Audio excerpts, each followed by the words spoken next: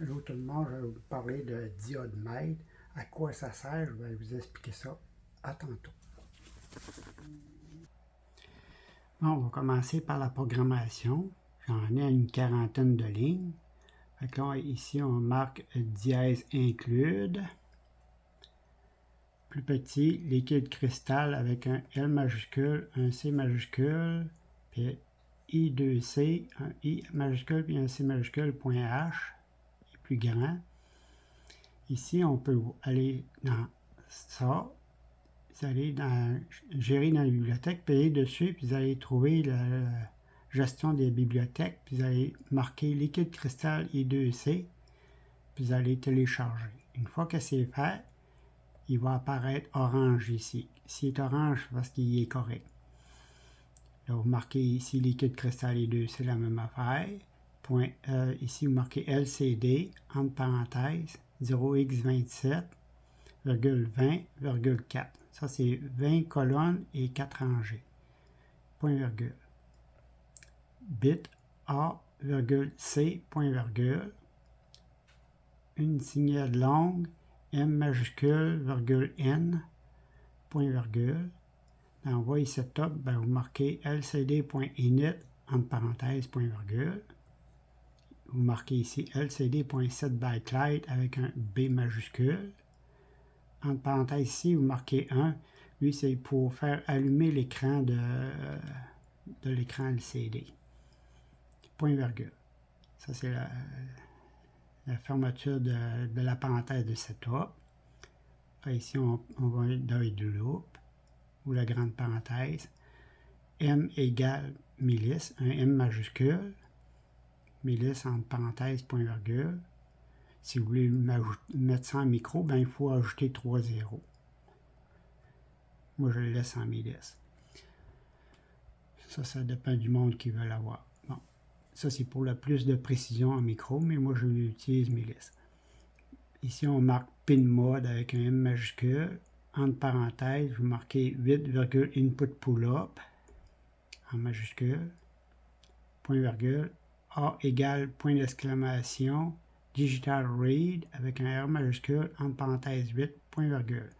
Le point d'exclamation, lui, il met l'état à l'endroit à cause de la pull-up. La pull-up, lui, c'est une résistance de tirage dans la puce d'Arduino.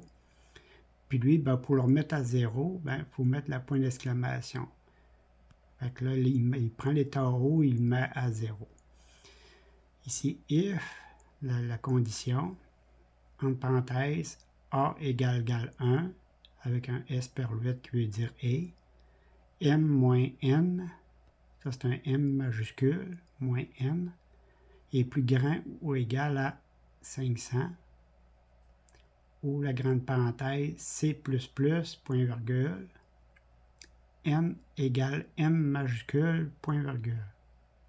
Lui, ça va changer les paramètres, qui va partir de 0, puis il va incrémenter, puis rendu à la fin, ben, il va revenir à 0.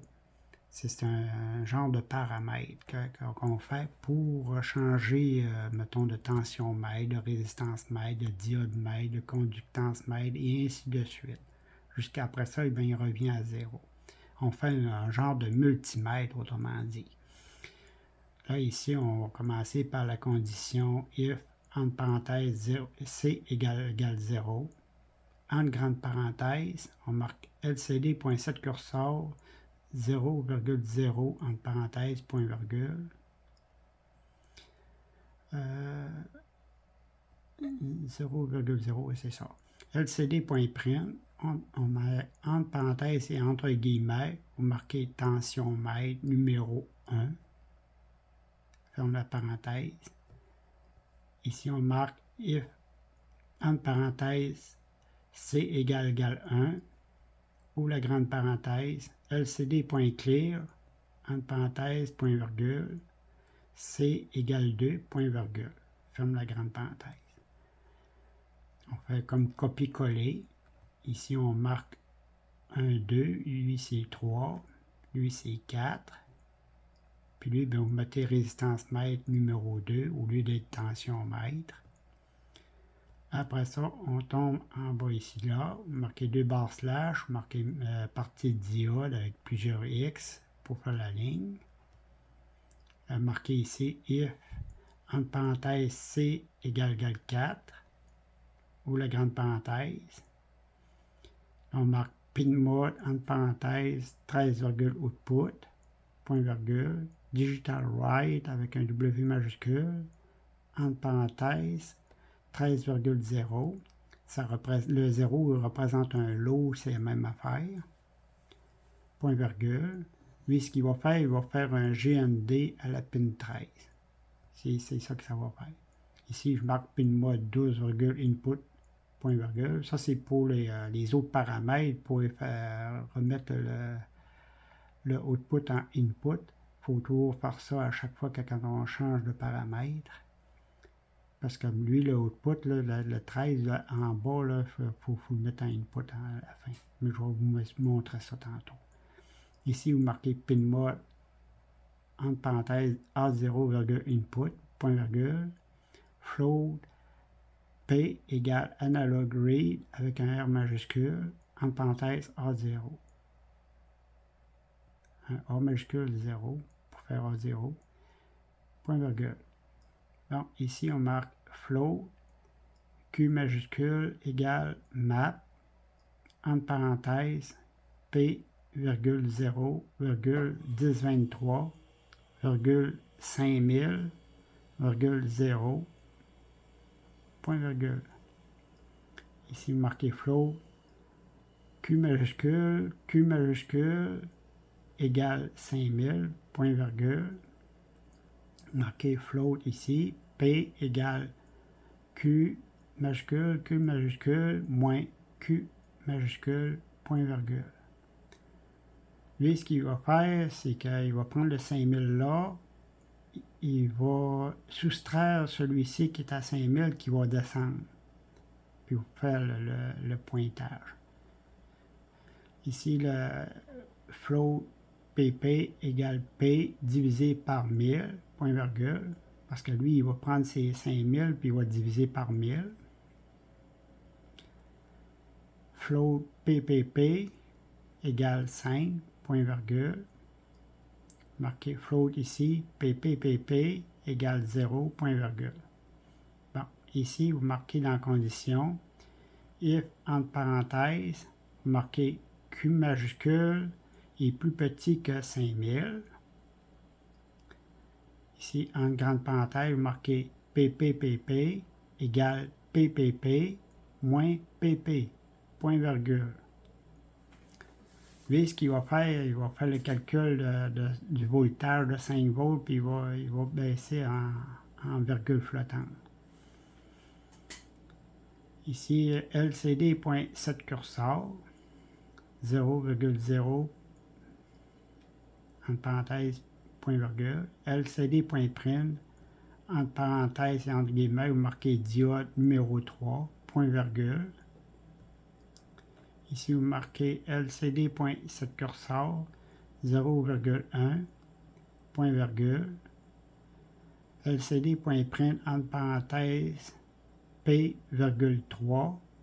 Lui, le 3, ça représente le nombre de chiffres après la virgule qu'on peut prendre. On peut aller jusqu'à 6, mais moi, je n'ai pas besoin de 6, j'en ai besoin juste de 3. Point virgule. LCD.print, entre parenthèses, en guillemets, vous marquez P avec 2 espaces chaque barre, point virgule.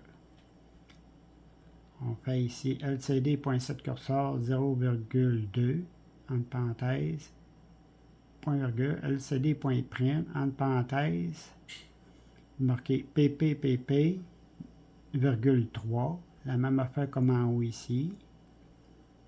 La virgule flottante qui va aller jusqu'à 3 après la virgule. Ici, c'est point virgule LCD.print. Vous marquez entre parenthèses en guillemets. Vous laissez 2 espaces ici. Vous marquez volt avec un S en majuscule. Point virgule. Ici, c'est la parenthèse du C égale 4. Donc là, la parenthèse est fermée. Là, on tombe dans les conditions du restant. Attendez un instant. Bon, une fois que l'instant est passé, Là, je l'ai descendu. Là, on est rendu ici. Dans la condition qui fait la suite. If, entre parenthèses, C égale 5. Ouvre la grande parenthèse, vous marquez lcd.clear. Entre parenthèses, point virgule. Vous marquez pinmod 13, input en majuscule. Point virgule. C égale 6, point virgule, ferme la parenthèse. Lui, ce qu'il va mettre, ça, l'état-là, en une entrée. Ça veut dire que là, il ne sera plus utilisé. Là, ici, marqué if, entre parenthèses, C égale 6. Entre parenthèses, vous marquez lcd.setCursor 0,0, point virgule, lcd.print, entre parenthèses et entre guillemets, vous marquez conductance mètre, numéro 4, point virgule, ferme la grande parenthèse. On fait encore la même affaire ici, if, entre parenthèses, C égale 7.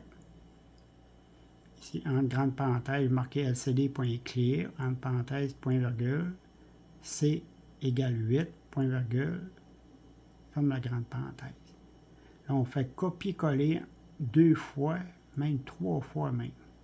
Copier-coller 3 fois. Une fois que c'est fait, ici, ben, vous marquez C égale 8, lui C égale 9, lui C égale 10, C égale 11, C égale 12, lui ici, C est plus grand ou égal à 13.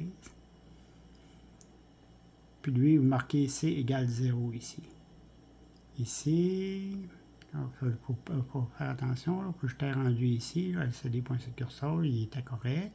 Ici, vous marquez transistor mètre au lieu de conductance mètre. Vous marquez numéro 5.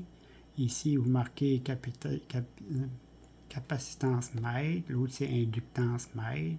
Ici, c'est numéro 6, numéro 7. Ici, ben lui, le C8, lui, il devient C10.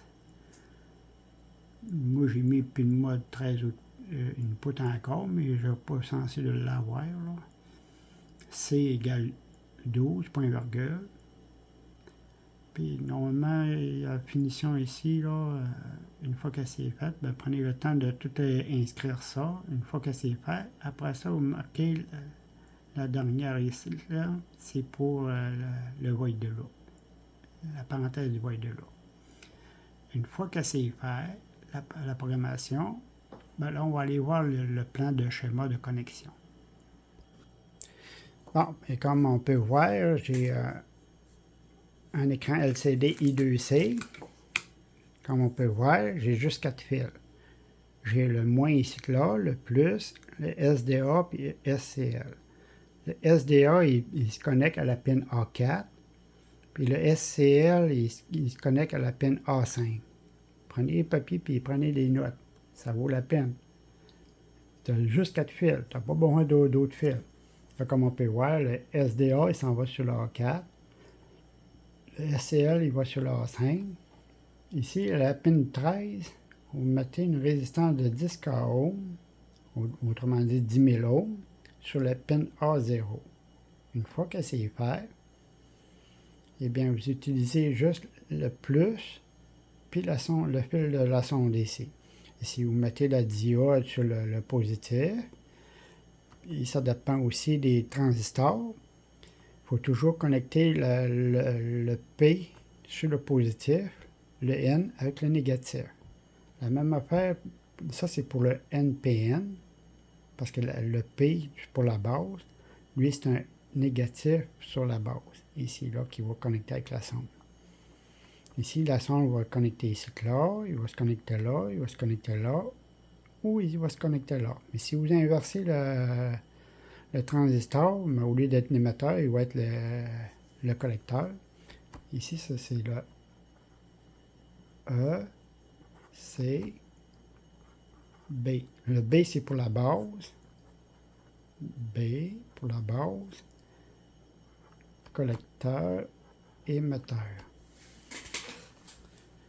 Le chiffre, il va apparaître plus haut sur l'émetteur que sur le collecteur. C'est là que l'émetteur, vous le connectez soit sur le positif ou bien sûr sur le négatif. Ça dépend du transistor. Lui, si c'est un NPN, ben vous connectez le négatif ici, là, parce que c'est un NPN. le négatif qui laisse passer le négatif ici. Ici, ça prend du positif pour le faire chatouiller. Mais ça prend un transistor mètre. Moi, j'ai déjà une vidéo là-dessus qui t'expliquait comment prendre une résistance dessus. Mais lui, il est encore plus précis encore. C'est parce que lui, c'est pour savoir comment de voltage qui va manquer ici là à la base par rapport au moteur ou au collecteur ici. Fait qu'il va falloir soustraire le voltage par rapport à la tension qui est ici. Mettons, si vous avez 5 volts, ben vous allez enlever le voltage qu'il y a par rapport du silicium. Mais ça dépend, ça peut être du germanium ou bien du Kirchhoff, Schottky veut dire, le diode Schottky. Avec la sonde, ben là, on peut voir, mettons, pour les diodes, ben, pour savoir pourquoi que je mesure ça. Eh bien, je vais vous expliquer pourquoi. C'est, mettons qu'on prend un transformateur, OK? Vous avez du 120 volts AC. Vous prenez un pont diode, vous transformez ça en DC, OK? Ici, j'ai 12 volts AC ici, OK? Mais ici, à la sortie, là, j'ai pas 12 volts AC, DC, je veux dire. Parce que le voltage, il a baissé à cause des diodes ici. J'ai 0,7 volts de moins à cause du silicium. La même affaire ici, là, j'ai 0,7 volts de moins. Fait que si j'ai 0,7 volts plus 0,7 volts, ça veut dire 1,4 volts qu'il faut que j'enlève sur le 12 volts. Fait que si je donne 12 volts moins 1,4 volts, ben ça donne 10,6 volts à la sortie ici, au négatif et au positif. Ça va apparaître ça. Si vous prenez une diode Schottky, eh bien lui est à 0,3 volts. Fait que là, c'est complètement différent à comparer de 0,7 volts. Fait que là, il est plus conducteur, lui, que lui. Fait que là, il est à 0,6 volts. Ici, là, à cause que tu as 2 fois 3. Tu as 0,3 là, puis tu as 0,3 là. Fait que là, c'est pour ça que la 12 volts moins 0,6, ben, ça donne 11,4 volts avec la diode Schottky. C'est là qu'on voit la différence entre le silicium et la diode Schottky. On voit que le voltage est un petit peu plus haut. C'est ça que ça sert, la diode mètre. C'est pour mesurer la tension qu'il y a entre les bornes de la diode. C'est pour ça qu'on sert de ça pour la soustraction. Là, une fois que le schéma est fait, ben, prenez le temps de prendre des notes. Faites ça sur pause, puis faites le schéma au complet, parce que c'est très important. Une fois que c'est fait, là, on va passer à autre chose. Bon, là, on peut voir, le C est égal 0. Là, on peut voir, il est à tension mètre. Ah oui, il ne faut pas oublier de connecter à la pin 8. La pin 8 qui est là. On connecte ça sur un bouton poussoir momentané d'un côté. Puis l'autre bord, vous connectez le GND dessus. Quand on presse sur le bouton, eh bien lui, ce qu'il va faire, il va sélectionner, là il est rendu à la résistance mètre. Si on presse encore une autre fois, là il devient à diode mètre. On peut continuer encore à peser dessus. Là il est à conductance mètre, numéro 4. On pèse encore dessus, il est à transistor mètre. On continue encore, il est à capacitance mètre. On pèse encore, il est à inductance mètre. On pèse encore, il est revenu à tension mètre, il est revenu au point de départ. C'est ça que ça sert, justement, quand on presse sur le bouton. Ben lui, c'est un genre de paramètre qu'on peut choisir comme un sélecteur, mais sauf que c'est avec un bouton. Fait que là, on peut voir la tension est à 0 volts au départ. Lorsque je prends ma sonde qui est ici, là, qui est sur le A0, comme on peut voir, j'ai la résistance de 10K qui est soudée sur la pin 13, je veux dire, la pin 13 puis le A0. Puis ma sonde, ben là, lui, ce que je vais faire, je vais collecter sur le positif, puis regarder ce qui va arriver. Là, on peut voir le résultat sur le A0, il est à 10,23 et il marque 0 volts. Ben, sur le multimètre, c'est la même affaire. Lorsqu'il est à 0, il devient 0.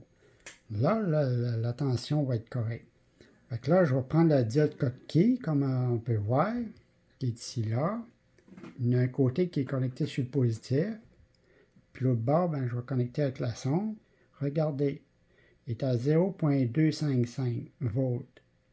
C'est vraiment précis, hein? On peut voir s'il est correct ou non. Ici, la même affaire que pour... je vais enlever la diode Schottky, là. Je vais prendre la diode de germanium. Je vais faire la même affaire avec la sonde de germanium. Il est à 264. Tantôt, il était à 260. Lui, il est à 264. 260. Il est à 260, lui. Ça, c'est la diode germanium. Lui, c'est pour capter l'ARM.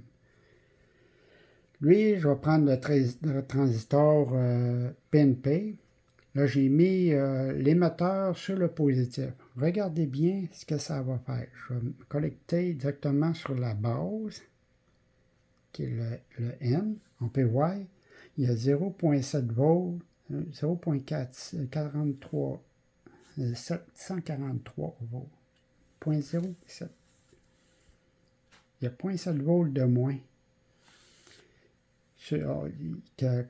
qu'on a sur le transistor. Remarquez bien, là, 743, 748, OK, il fonctionne tout le temps. Là, je vais inverser le transistor pour le mettre sur le collecteur, puis vous allez voir la différence. Remarquez 743, OK. Là, je l'ai inversé pour me mettre sur le collecteur. Il était à 743, puis là, il est à 734. Fait que là, le 743, il était à l'émetteur. Puis 739, lui, c'est le collecteur. Le chiffre est beaucoup plus bas. C'est-à-dire l'émetteur, le chiffre est toujours plus haut que le collecteur. C'est là qu'on peut savoir où connecter nos transistors. Parce que des fois, il y en a des transistors qui sont inversés. Ça peut arriver. C'est pour ça. Le type NPN, comme j'ai montré sur le plan, c'est la même affaire. Il faut faire attention, là. Comme je dis, le PNP, il faut que, comme tout à l'heure, j'avais connecté sur l'émetteur, le chiffre est plus haut, ici le chiffre est plus bas. Ici, sur la base, il faut mettre la base du transistor du NPN.